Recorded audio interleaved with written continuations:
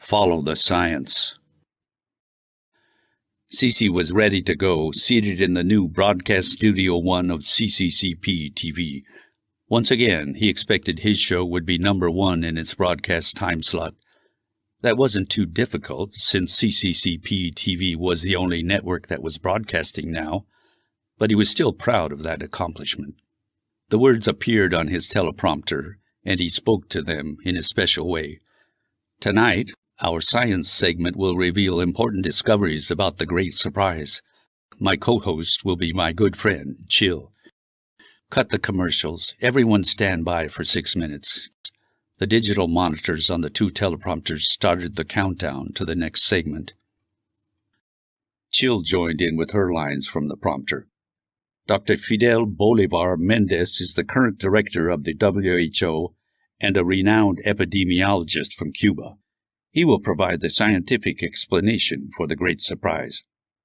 CC explained from the teleprompter.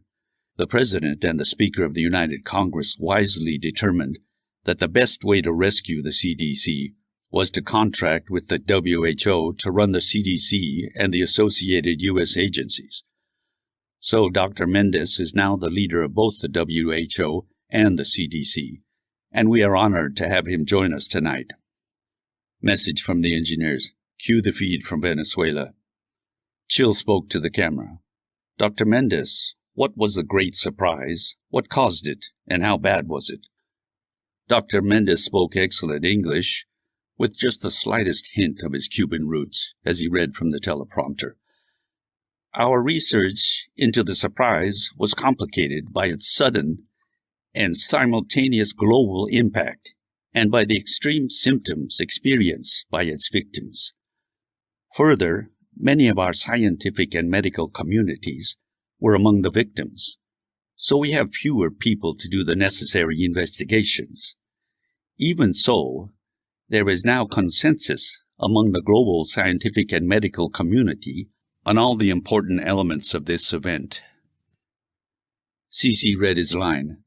I didn't see it happen personally, but I think we have all seen some of the many videos that captured that instant, like this one from Detroit. The studio engineers played the famous montage of videos from that arrest scene in Detroit. 4 police officers were trying to restrain 2 people after a loud and violent domestic dispute. The scene was captured on the police body cameras and by the mobile phones of witnesses. One moment, 2 groups of cops each held a person in their grasp. An instant later, 2 police officers were gone, leaving the startled boyfriend just standing there. The other 2 cops found themselves holding empty air where the girlfriend was a moment before. Cece read to the camera. Such a shocking dereliction of duty by those cops. Dr. Mendez, how do the scientists explain what we just saw in that video? Dr. Mendez began. As you know, prior to the Great Surprise, we had a difficult time getting accurate information about the full extent of coronavirus infection, because most persons infected with the virus don't become seriously ill, or they may be completely non-symptomatic.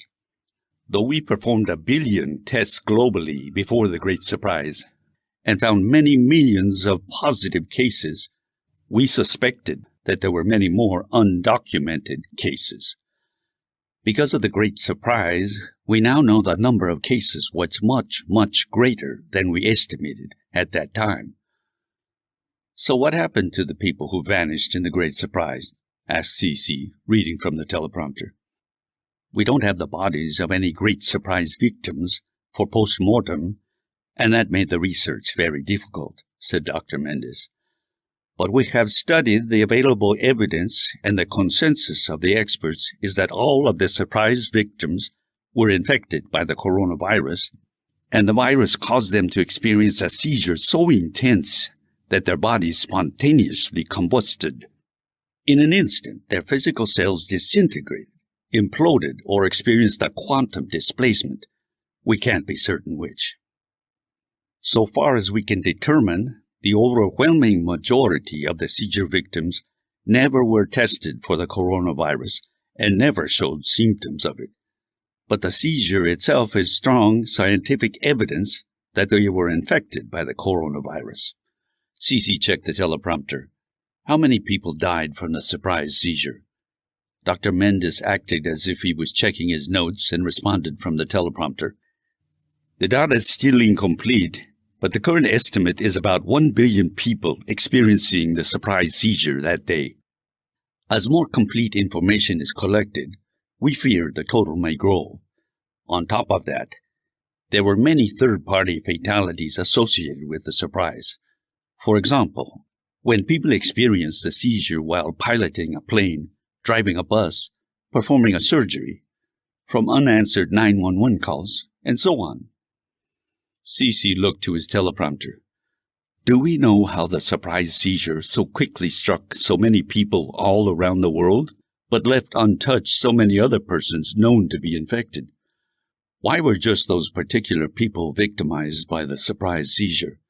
Why did it not strike everyone who was infected by the coronavirus? Dr. Mendes responded, Scientists agree that a triggering catalyst was required for an infected person to experience the seizure.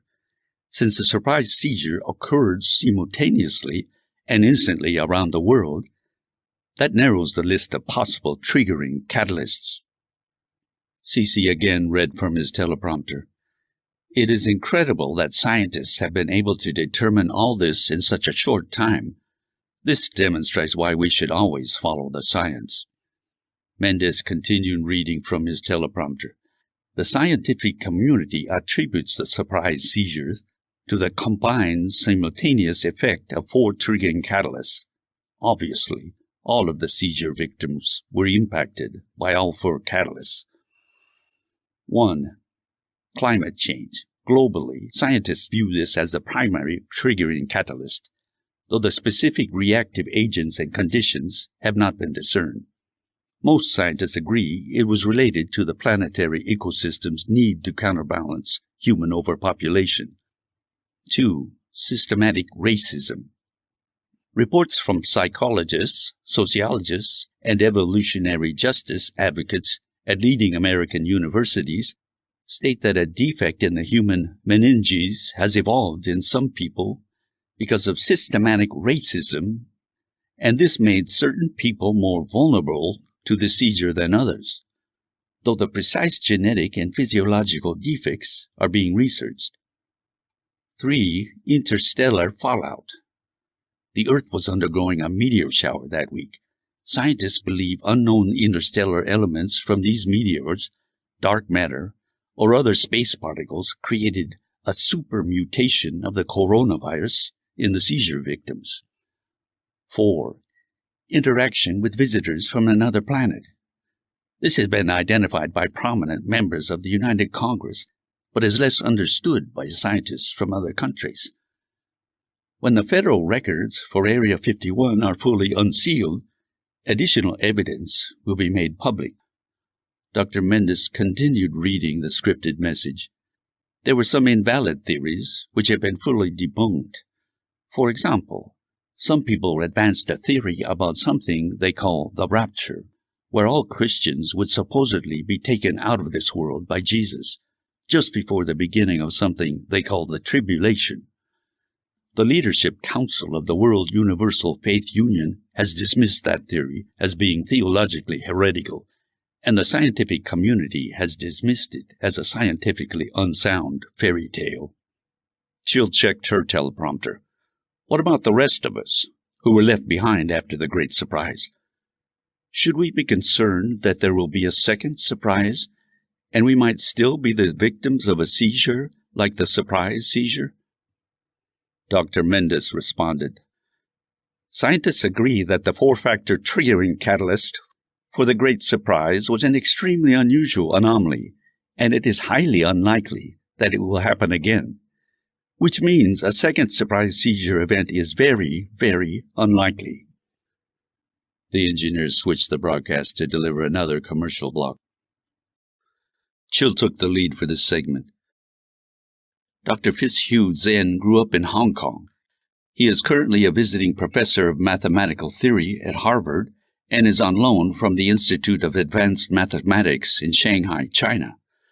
Also on our expert panel tonight is Marshall Screed, a mathematical genius who served as an associate statistical analyst for the Kerry and Clinton presidential campaigns. Cece checked the teleprompter. Dr. Zen, does the data further explain why the surprise seizure struck just some people and not everyone who was infected with the virus? The math experts in Studio 2 came on screen, and their teleprompters started rolling. Dr. Zen spoke first. Mr. Screed and I reviewed the reports, and then our team reanalyzed the raw data further, using the proprietary analytical process that I personally invented, the Zen psychonumeric random association model. Next, to confirm the validity of our conclusions, we scrambled the data and reprocessed it using the Fitzhugh full decimal double quadratic equation. Jill thought, wow, math is hard. And, following her teleprompter, asked Dr. Zen, what did these computations reveal? There are strong statistical correlations in the data we reviewed, Dr. Zen explained. We analyzed all of the information and identified higher rates of seizure victimization among certain demographics and in certain countries. The seizure rates were higher among some families than in the general population, pointing to a genetic link. Higher seizure rates occurred in some counties, states, and countries than in others, so victim location plays a role. Even so, our calculations show that seizure victims included substantial numbers of persons from all races, nations, age groups, and socioeconomic strata around the world. Countries that enforced stricter practices for isolation and mask wearing, like China, the People's Republic of Korea, and Iran, have much lower seizure percentage rates, though China and Iran have surprisingly large numbers of seizure victims. Cece carefully read from his teleprompter. Thank you, Dr. Zen and Mr. Screed, for your thorough and incontrovertible analysis of the data. We'll pause for a commercial break, and we'll return for our next segment.